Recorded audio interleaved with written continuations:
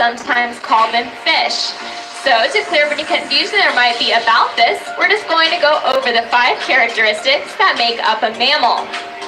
Now I am going to ask you guys to help me out with this, so if you guys do have any guesses as to what one of those 5 characteristics may be, go ahead and shout it out nice and loud for me. Anybody out there, go ahead, shout nice and loud. I think I heard somebody say hair. That is exactly right. So dolphins do have hair, just like we do, but you're probably looking down here thinking, I don't see a single hair on the dolphins. What is she talking about? Well, they actually have hair in the form of whiskers right along their bottlenose beaks or rostrums. Now the hair does fall off after the first few days after birth. They only have it for about 3 to 5 days. And we think that they have that hair to help them when first locating their mother's memories to nurse. So what I just said gave away our next characteristic, and that is that mammals nurse their young. Now you guys may wonder, well, how can a dolphin nurse underwater and keep the salt water out of their milk? They actually have fringes on the edges of their tongue that allow them to curl it up and basically create a straw that they can then seal over their mother's mammary to keep all the salt water out of their milk. And they actually do nurse for the first 1 to 3 years of their life. All right, so that's 2 characteristics down. Does anybody have a guess for the next one? Live birth, that's exactly right. So dolphins do spring through a live birth just like you and I. Now for the dolphins, this is after a gestation period of about 12 months. So that is quite a bit longer than our own of only 9. All right, you guys are doing a great job so far. Does anybody have any guesses for our next characteristic? Once again, just shout it out nice and loud for me. Breathe air, that's right, I heard you out there. So dolphins do not have gills like a fish. Instead, they have that small opening on top of their head called their blowhole. That's where they can take a very quick breath of air before diving underwater, and each breath only takes a fraction of a second. Now, if you guys listen in very closely, our boys are going to demonstrate just what that breath sounds like. Excellent sneezes, boys. Now, it is a little known fact that it's also from that blowhole the dolphins can make all of their clicks, whistles, and squeals. So even if they were to keep their mouths completely shut, you can still hear them loud and clear. And I believe our stars have prepared a beautiful song to share with you guys today.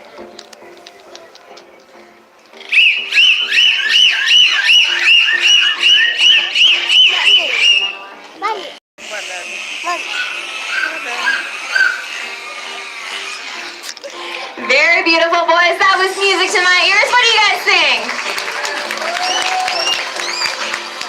All right, now we just have one more characteristic to go. Does anybody know what it is? Warm-blooded, exactly. So dolphins are warm-blooded just like you and I are. This means that they do have the ability to regulate their internal body temperature. But of course, they do have the advantage of all of that thick blubber to help keep their bodies more insulated in cooler waters. Well, you guys did a great job helping me out with all those characteristics. I think you should go ahead and give yourselves a big round of applause as well. Excellent job, everyone. Looks like our dolphins are pretty proud of you guys as well. Now, I know that it seems a little bit odd that a mammal could live in the water. However, dolphins do have quite a few adaptations to help them out with their aquatic life, and that is all of their fins and flippers. Now, the first fin we want to talk about today is the one that they have in the center of their back. Now, this fin is called their dorsal fin. You guys have seen it earlier in the show when the dolphins were coming out to show off some of those big jumps for you. Now, this dorsal fin, believe it or not, does not have any bone in it. It is made up of a connective tissue similar to the cartilage that we have in our ears and nose. And the dolphins can actually use that dorsal fin to help stabilize their bodies as they swim through the water at top speeds of up to 18 to 20 miles per hour. Now, throughout the show, as you guys are checking the dolphins out, you're going to notice that each dorsal fin is very unique. It's about as unique as our own human fingerprint, and it can be a great way to tell them all apart. So we definitely want to challenge you guys to see if you can tell our dolphin stars apart throughout our show by their dorsal fin alone. Moving down to the sides of the dolphin's bodies, that's where we can find their 2 pectoral flippers. These are called flippers rather than fins because they do have bones in them. If you were to take an x-ray of the pectoral flippers, you would see 5 bony digits, just like what we have in our hands. And as you guys can see, the dolphins can use those pectoral flippers to go out and wave hello or even give high five to their trainer. But most importantly, they use them to help them out with lightning quick stops and sudden turns.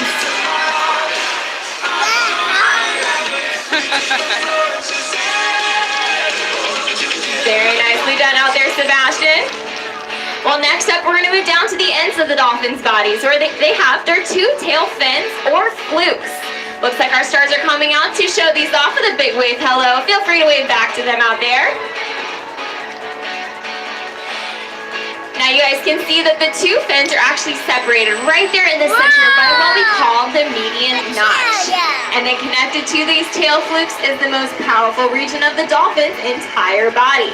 The area that's located between the dorsal fin and tail flukes is called the peduncle, and it is packed full of powerful muscles that can help the dolphins out with a common hunting technique called tail lobbing. This is where they slap their tail on the surface of the water, allowing them to stun the fish swimming below, therefore making them easier to catch.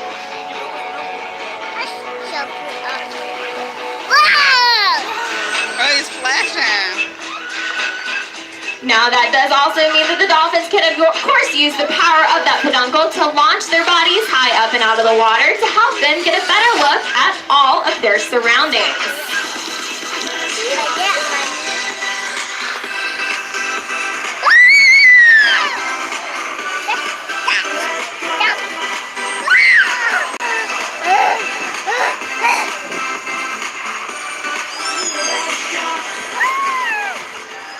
Alright guys, well what we're going to do now is talk to you a little bit about how we train.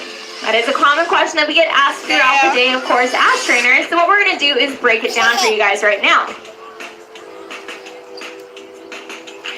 So the behavior we're going to break down for you guys today is something called a tail walk. Now before we can start training the dolphins any behavior, we do need a few important tools for training. So some of these tools that you guys might see us use throughout our show and training sessions here, first starts off with what we call a target. You guys can see the dolphins demonstrating this first step right here at the dock. Now for a target, all you're going to see the trainers do is present their flat open palm over the surface of the water. And all they're asking the dolphins to do is simply touch and hold their bottlenose beak to that flat palm.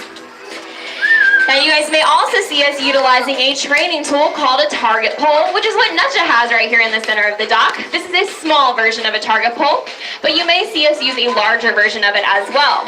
That long pole with the buoy on the end acts as an extension of our target hand, and all we're looking for the dolphins to do is touch it and follow it. So since we're asking them to also follow it, let's say for example, we wanted to train a really simple head nod yes. We're going to hold out our target hand and move it up and down. You guys see Sebastian showing that off, Chopper as well. So that's really simple. Now, let's say we want to train a head shake no. What do you guys think we're going to do with that hand? Move it side to side, that's right. Or how about a graceful dolphin style hula dance? We can either spin around in a circle ourselves, asking them to mimic us, or also use that target. Now something you guys will also see the trainers using is this whistle. So I'm sure you guys have heard us blowing our whistles throughout the show, and a lot of people ask us, well, what does that mean to the dolphins? So anytime you hear us blow that whistle, it communicates to them, good job, stop what you're doing, come back over to us, and you're going to receive some form of reinforcement. Now, there's many ways we can reinforce the dolphins. It's not just through fish, but that is usually the very first thing everybody thinks of. So some different ways that we can reinforce them is not only with big handfuls of fish, we could give them some ice cubes, some flavorless, sugarless jello. We could give them a belly rub or back rub, or even throw in some toys. Now for this forward tail walk behavior, what we're going to be asking the dolphin to do is just come about 80% up out of the water, following our target hand, just like Zeke and Chopper are demonstrating, Sebastian over here as well. Now we want them to, obviously for this particular behavior, be moving in a forward motion. So you guys are seeing the trainers just simply hold out their target hand and move forward right here along the dock.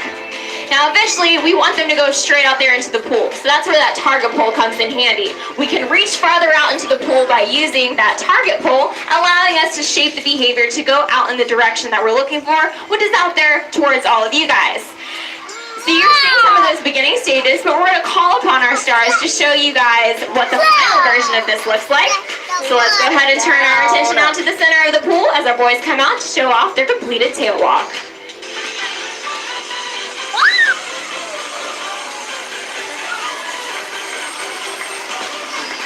Let's give it up for all three of our boys out there. They did a great job. So something else also with training is that we want to make sure that everything is completely voluntary for the animals. So there are going to be times where they might just want to hang out, swim around the pool, do their own thing. Which you guys see, Cosmo's kind of been hanging out and doing his own thing throughout this show. That is perfectly fine with us. We always want them to find us just as reinforcing as we find them reinforcing. So you guys can see Cosmo's just hanging out now, getting some belly rubs and back rubs from his trainer, and that is quite all right with us. He's going to just pick back up whenever he decides that he is ready to. Now that we've talked about how we train, we do also want to talk to you about why we train, and that is actually for the dolphins' medical or husbandry care.